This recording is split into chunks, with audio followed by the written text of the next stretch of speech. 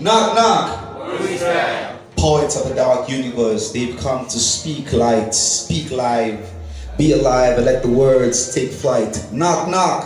Who's there? The poets that have no fear speak from the inside so you could hear clearly when the loud voices ring outside. These poets come in the darkest nights of the night with the light, and it feels so bright, it feels right to get off the weight and that flight. Please tell me who's there, so knock, knock, knock. Who's there? The poets are here, voices of the round table, reunited without fear, those who speak and who are able. Those who are not like Jesus Christ, born in a stable, but those who manage to be able, those who are capable, and those who soar and make things stable. Those who are able, those who stand strong, strong, and should not ever be feeble. So please tell them who's there. Knock, knock, knock, knock, knock. The poets of the universe are here. The Warrior's Chant is a poem that I wrote celebrating the power of words, the power of poetry, the power of the art form, the performance art form. And if you're a word warrior, then this poem might speak to you. I fight with words. I use words as my bullets, as my spears, to touch hearts, to touch minds, to tickle between the skin, below the epidermis. I use words because words are my most valuable possession. Words make me feel strong. Poets of the universe, warriors with sharp words, pouring our hearts into the tones we spit, using our eyes to unsee the darkness, the traps of our people. Here we are, big, small, tall, short.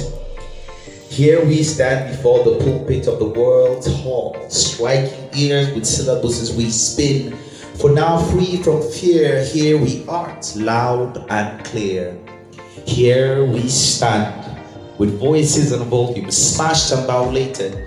Yes, with our words we have lashed out to be liberated, kissed the sun in the opacity of the hearts now vindicated, hugged our pain in the world where minds were now operated. So we're here, liberated. Here we come. In numbers like the spring bee swarms, here we come, marching to the rhythm of the fiery tongues, beating to the chimes of rhymes from the mended drums. Here we won, children of the captured sun. Here we won, when we learned to stand as one. Knock, knock, knock.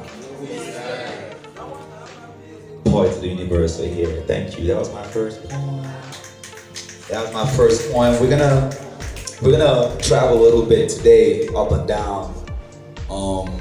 And please feel free to raise your hand if you wanna talk or ask questions. So, how many people here know what real mental health is about? Like, how many people have people in their families that are considered crazy? Nobody? Come on, man. We all have somebody in the family that's crazy. Don't sit there and act like you don't have. We all have somebody in our family. You know that uncle that your uncles say you should stay away from, right? Huh? There's always an uncle and auntie that they tell you, ooh, she's crazy. You know, there's always that auntie that they never let to family meetings because she might say something that might upset everybody, right? Or we all have an uncle who your father's warned you, and they always tell you, oh, you end up like your uncle. If you don't do this, you will end up, you see that you're a crazy uncle. How many people here have had real conversations with people that were considered crazy? Does it make sense at times? You want to share? Like a little, you want to share? It makes sense. That guy's like, the conversation probably made me crazy too. Ok. Donc moi, c'est la première fois que je viens ici. Latifa m'a embrouillé, je venais, je croyais que c'était un rendez-vous amoureux, mais après, voilà. Et après, Tito m'a aussi encadré, donc c'est super, c'est cool. Quand je suis arrivé, Tito m'a dit qu'il y a la thématique santé mentale. J'ai dit pourquoi je vais me casser à écrire un texte, pourtant physiquement je représente déjà le malade mental. Voilà, parce que si j'aborde même de la thématique de santé mentale du point de vue extérieur, donc, du point de vue du malade mental, c'est genre les dreads, physique, tout ça. Mais si j'avais choisi d'aborder du point de vue interne, ça, genre le mec il va bien, c'est pareil, c'est toujours moi. Donc, parce qu'après j'écris des trucs sensés, je parle bien. Donc, je me suis dit pourquoi me casser la tête à écrire un truc sur la santé mentale alors que je suis la parfaite représentation de la santé mentale dans tous les deux sens du terme, le côté bien, le côté mauvais. Donc du coup, pour être dans la thématique santé mentale, je vais tout simplement vous parler de moi. Voilà. Donc déjà, pour ceux qui ne me connaissent pas, je m'appelle Jimmy. Pour ceux qui me connaissent, eh bien, je m'appelle Jimmy. Où et quand je suis né, ça, je me rappelle pas, j'étais trop petit. Mais je crois que si j'ai bonne mémoire, c'était en 1995. Bon, j'avoue, ça c'est d'après le dernier acte qu'on m'a dit. Mes parents ne sont pas simples. Non seulement ils m'ont filé un prénom plutôt bizarre, mais comme si ça suffisait pas, ils ont ajouté à cela un putain de nom de famille.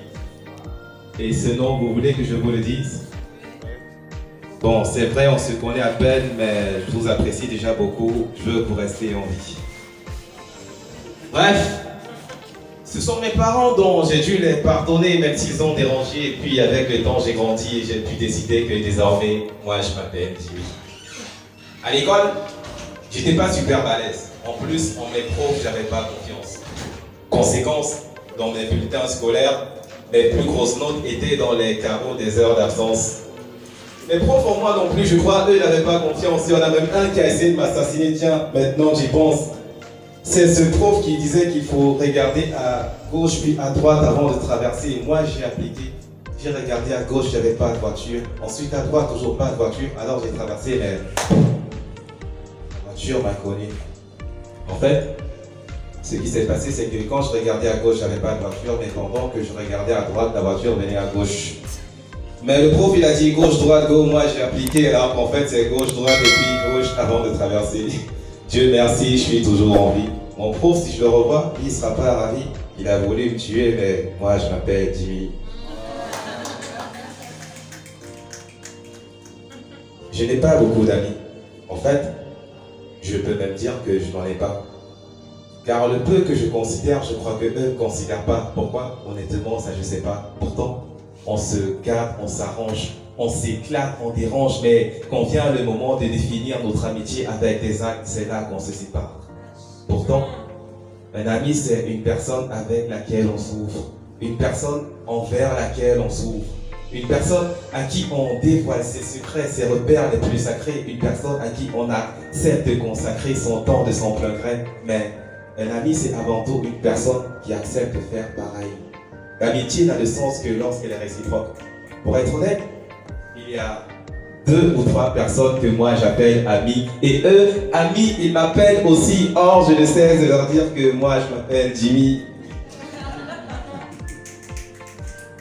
Avec les filles, ça c'est la partie, c'est la mort. Avec les filles, ça n'a jamais été une histoire à 2. Au début c'est cool, on s'est dit on va écrire une histoire radieuse. Mais à la fin ça se termine toujours par une histoire d'adieu. À qui la faute, à qui le tort? Faut poser la question à cet enfoiré de Cupidon. L'amour n'a pas de sens. C'est soit tu aimes une personne mais préfères une autre, ou alors tu aimes une personne qui elle préfère une autre. Dans toutes les histoires d'amour, il y a toujours une personne qui n'est pas aimée. Moi, dans toutes les histoires d'amour que je connais, cette personne-là s'appelle Jimmy. Et je sais pas si je vous l'ai dit, mais moi je m'appelle Jimmy. Cette phrase redondante qui peut paraître à la fois émouvante, choquante, étouffante, puante, rigolante, barbante, saoulante, n'est pas qu'une simple présentation, mais c'est avant tout une affirmation de personnalité avec des propos personnels, des mots propres et proportionnels, à la hauteur rationnelle du mérite que je m'accorde. À force de laisser les gens nous coller des étiquettes, on finit par devenir ce qu'ils se sont mis dans la tête. Moi, perso, je ne veux pas trop savoir comment vous me voyez dans vos têtes. Déjà que j'arrive pas à me voir dans ma propre tête. L'identité est individuelle, alors en dépit de l'avis de l'officier d'état civil, même si c'est pas comme ça qu'on m'appelle, j'ai décidé que moi je m'appelle Jimmy. Merci.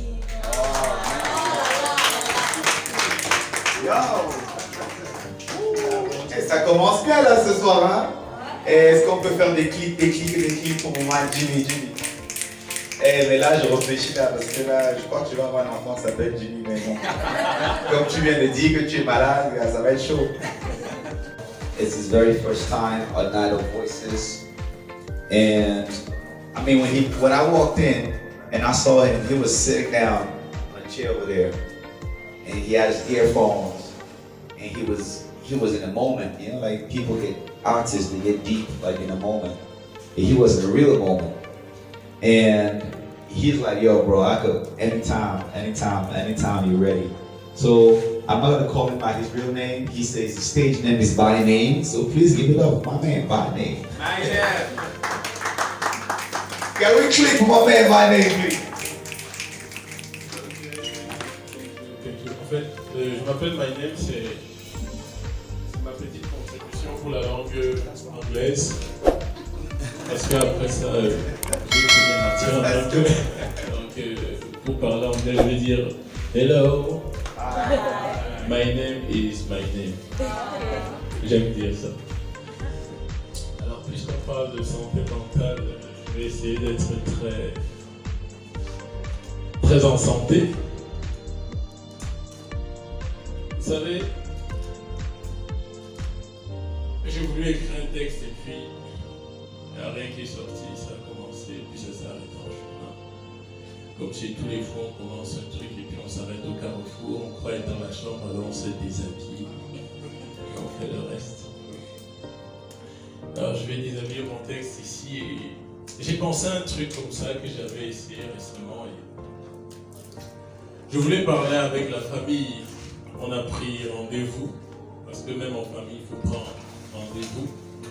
Alors, c'était un truc simple, je voulais parler à la famille, mais ils ont convoqué une réunion de famille. C'était pas une réunion, c'était une causerie, quoi.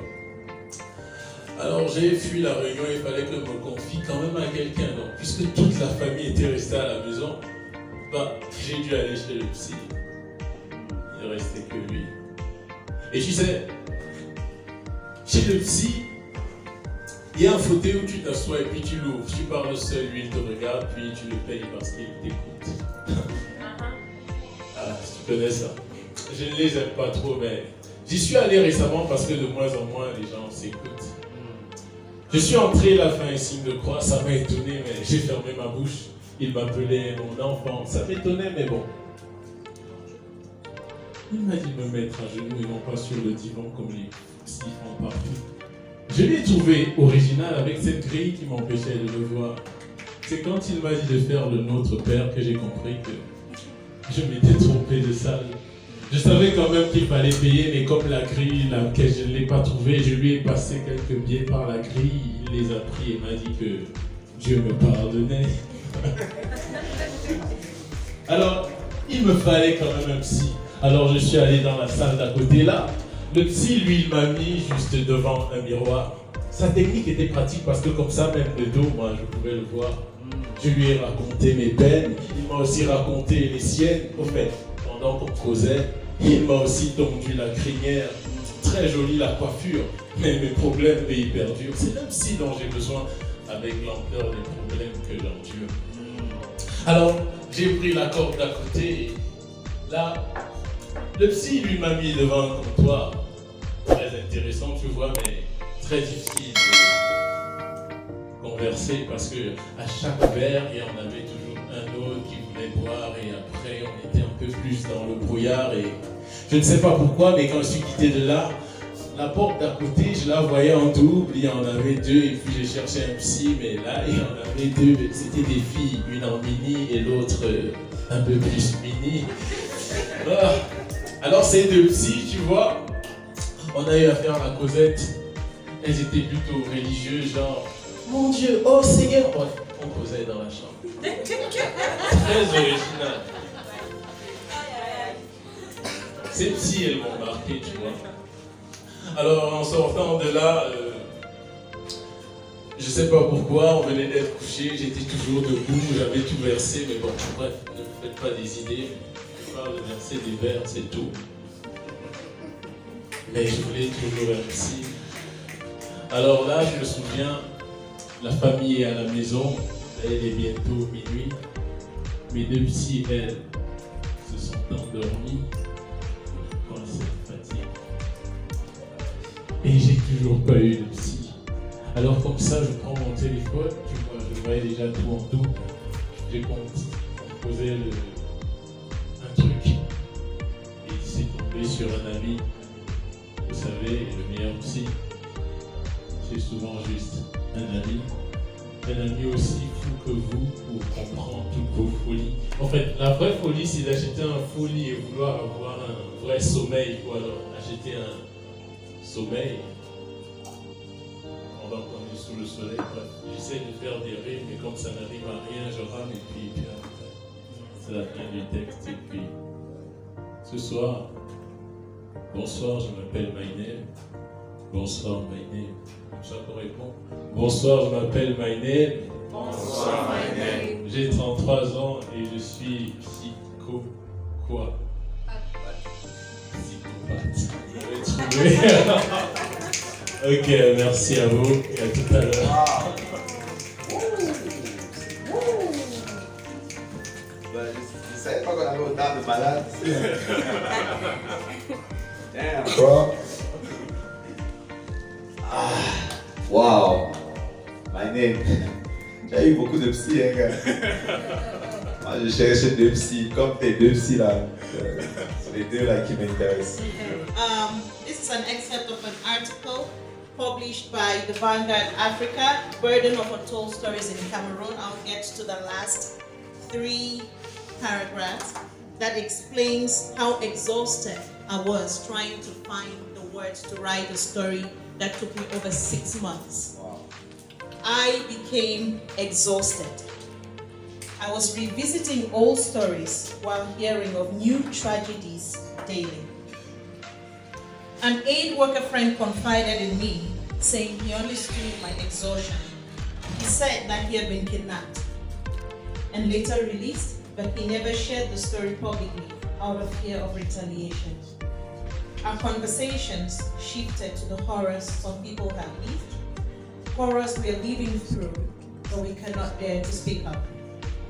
My exhaustion is beyond words. Only groans and silence can sometimes adequately capture my emotions.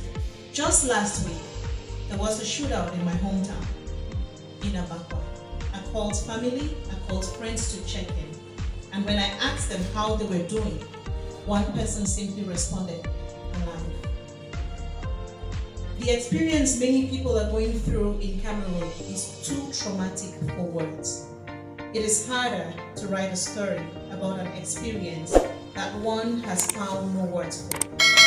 Now I understand why my people, the Wimo, a tribe in Cameroon's northwest, rarely use words in their dirges. Often they groan, and their groans capture the weight of the moments better than any words ever could. At the end of my exhaustion trying to find the right words to tell a story I've been on since January, I shelved the unfinished article and I groaned, and I sat down again to pray for peace in my country. I didn't say any words aloud. It was only silence, a sigh, and a deep exhale. I never got to tell the story because I'm still looking for words to describe the terrors in my hometown, Amanda. Thank you. Woo! Hey! Yo, that's some deep stuff right there, man. Can we click for coming? Yo. Choo! It's getting interesting in here now. Alright. So if you're special, you're among special people, so feel free. Nobody's gonna judge you here. We're all a little bit crazy.